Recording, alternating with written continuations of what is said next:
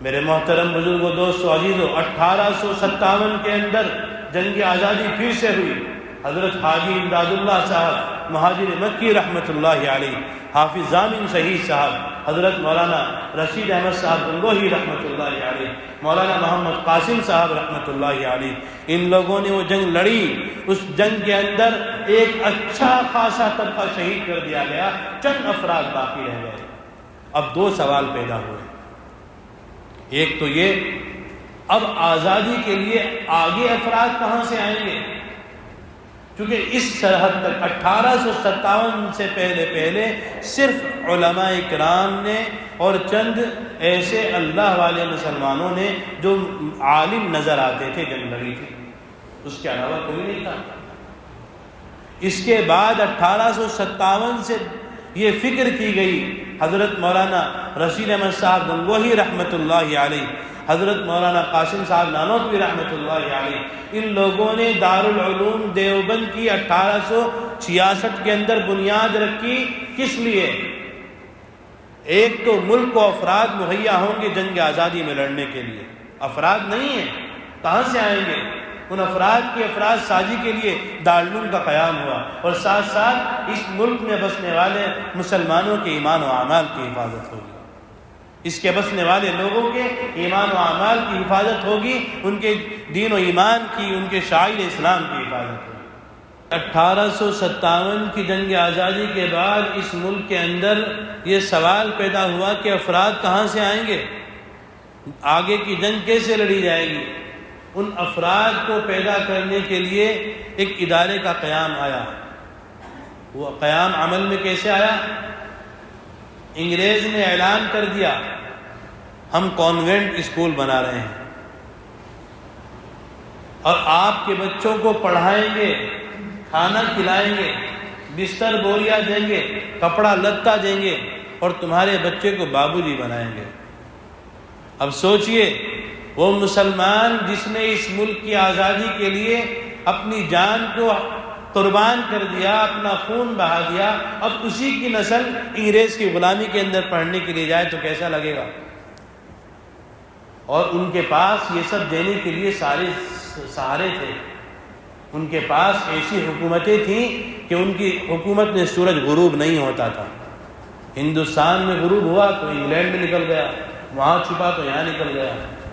مال کی ان کے پاس بھمار تھی، کوئی کمی نہیں تھی، لیکن یہ اکابرین دارالعلوم دیوبند جنہوں نے دیوبند کے اندر یہ اعلان کیا تھا کہ ایک بچہ جس کے باپ نے اس ملک کی آزادی کے لیے انگریز کے مقابلے میں اپنی جان کو قربان کر دیا، ہم اس کی اولاد کو مجاہد بنائیں گے، مجاہد باپ کی اولاد مجاہد بنے گی، اپنے ملک کی آزادی کے لیے لڑے گی، اور ان کو ہم کھانے کے لیے کھانا دیں گے، پہننے کے لیے کپڑا دیں گے، رہنے کے لیے کمرہ دیں گے، اور ان کو دین علم سے آراستہ کریں گے۔ ان کے پاس کچھ نہیں تھا دینے کے لیے، ان کے پاس کوئی کارخانے لگے ہوئے نہیں تھے، مال و دولت کے بمان نہیں تھے۔ انہوں نے جو یہ اعلان کیا تھا، یہ امت کے اعتماد پر کیا تھا، اللہ کے توکل پر کیا تھا، اور اس کے اوپر امت نے پورا تعاون کیا۔ ادارہ بنا، افراد سازیاں ہوئی، حضرت شیخ الہند رحمت اللہ علیہ اس مدرسے کے پہلے طالب علم منتخب ہوئے، ان کو پڑھایا گیا۔ انگریزی مورخ کہتا ہے حضرت شیخ الہند رحمت اللہ علیہ کی وضاحت کو دیکھ کر کہ شیخ الہند کو دیکھ کر لگتا ہے اگر اس کو جلا کر راکھ کر دیا جائے، اس کی راکھ کے اندر سے بھی انگریز کی دشمنی کی ہوا ہے۔ ایسے افراد دارالعلوم نے پیدا کیا، اور جب لاغر ہو گئے، چلنا دشوار ہو گیا، مالٹا کی جیل میں رہے۔ مالٹا ٹھنڈا علاقہ تھا، جوڑوں میں کمزوری پیدا ہو گئی، چلنا دشوار ہو گیا۔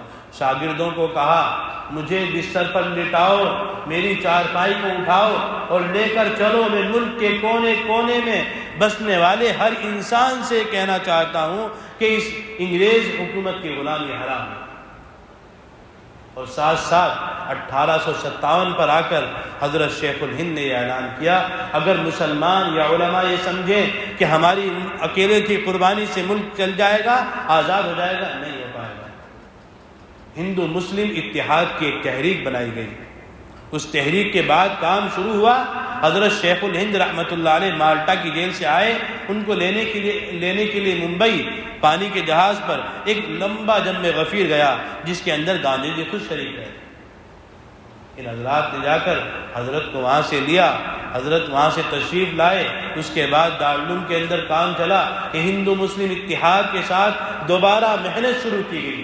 حضرت مولانا حبیب الرحمان صاحب لدھیانوی رحمۃ اللہ علیہ انہوں نے دیکھا اسٹیشن پر اترے, پانی کے 2 مٹکے رکھے ہوئے ہیں. ایک پر لکھا ہے یہ ہندوؤں کے لیے ہے, ایک پہ لکھا ہے یہ مسلمانوں کے لیے ہے. جا کر دونوں توڑ دیے اور کہا جب تک الگ الگ مٹکے سے پانی پیا جائے گا یہ ملک آزاد نہیں ہوگا. ایک ہی برتن میں پانی پینا پڑے گا, ایک ہی جگہ کھانا پڑے گا.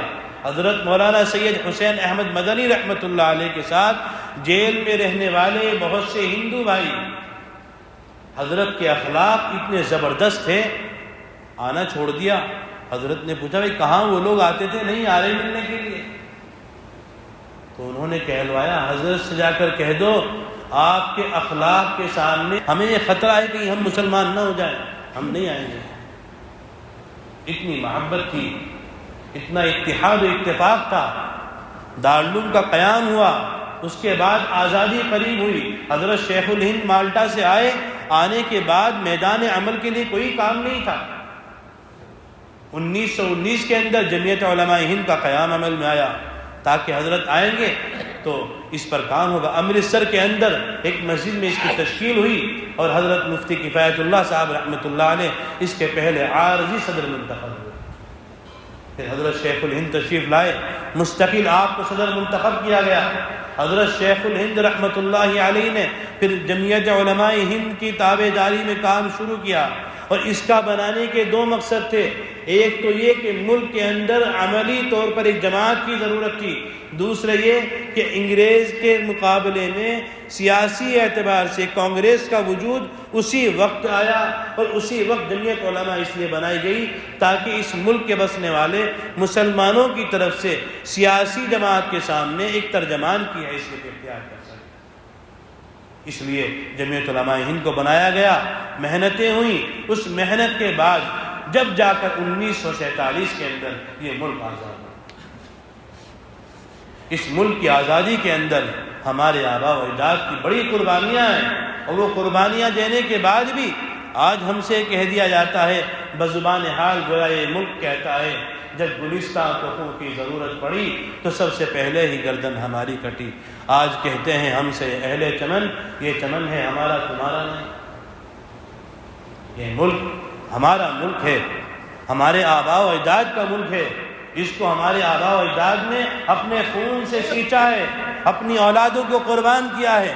غازی پور کے نواب کہتے ہیں 1 لاکھ چاندی کا سکہ اس زمانے میں 1857 کے زمانے میں دیے جمعیت علماء ہند کے اکابرین کو, اور دے کر ساتھ میں اپنا بیٹا دیا اور کہا حضرت میں یہ چاہتا ہوں جیسے حضرت ابراہیم علیہ السلام نے اپنے بیٹے اسماعیل کی گردن پر چھری چلائی تھی اللہ کی راہ میں اپنا بیٹا دیتا ہوں. حضرت میں چاہتا ہوں اس ملک کی آزادی اور آبیاری کے لیے میرے بچے کی گردن قلم کی. ان آباء و اجداد نے ہمارے ملک کو آزاد کرایا ہے. کہ لال قلعے کی دیواریں, قطب مینار کی بلندی اور ہمارے ملک کی تمام عجائبات کی دیواریں آواز دیتی ہیں. کہاں گئی وہ غیرت؟ اس زمانے کی عورت کے اندر جو غیرت تھی وہ آج کے مرد میں نہیں ہے.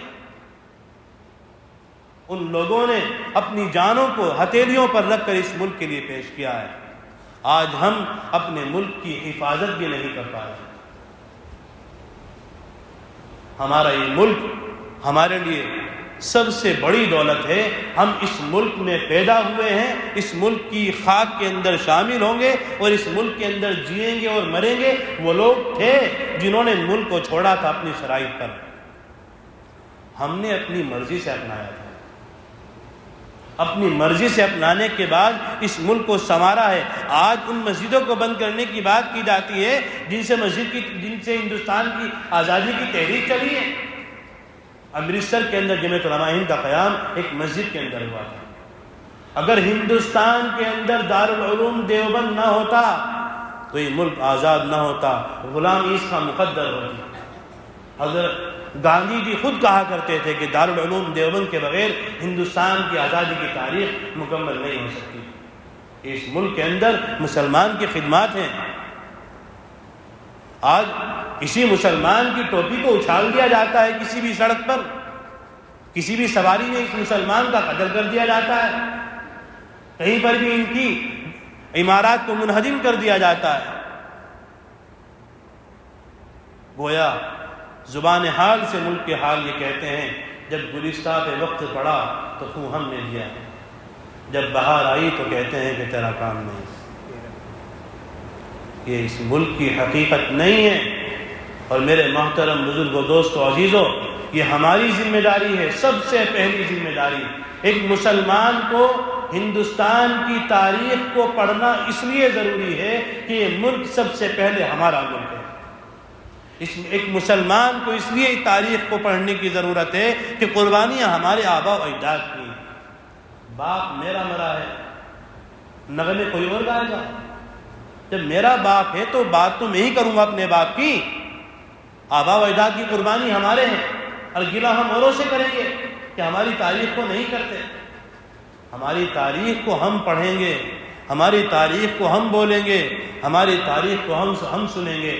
ہر ایک مسلمان کی ذمہ داری ہے اپنے ملک کی تاریخ کو پڑھو، اپنے اکابرین کی قربانیوں کو پڑھو، ہندوستان کی آزادی کو پڑھو، تاکہ ہمیں یہ معلوم پڑے کہ جو چند نام انگلیوں پہ لیے جانے والے آزادی کے ہم گنتے ہیں وہ صرف محض نام نہیں ہیں، ایک بڑی تعداد ہے ان اکابرین کی جنہوں نے اس ملک کے لیے اپنی قربانیاں پیش کی ہیں، اپنے خون کو بہایا ہے، اپنی گردنیں قلم کرائی ہیں، اور اس ملک کے لیے لے کر دہلی کے چاندنی چوک سے پاکستان کے خیبر تک کا یہ پورا علاقہ ایسا تھا، علماء کی لاشیں ٹنگی ہوئی تھی، نیچے تپتا ہوا تیل تھا جس کے اندر ان کو گیرا جاتا تھا، یا خنزیر کی کھال میں ان کو بند کیا جاتا تھا، اچھال کر ان کو بم کے حوالے کر دیا جاتا تھا۔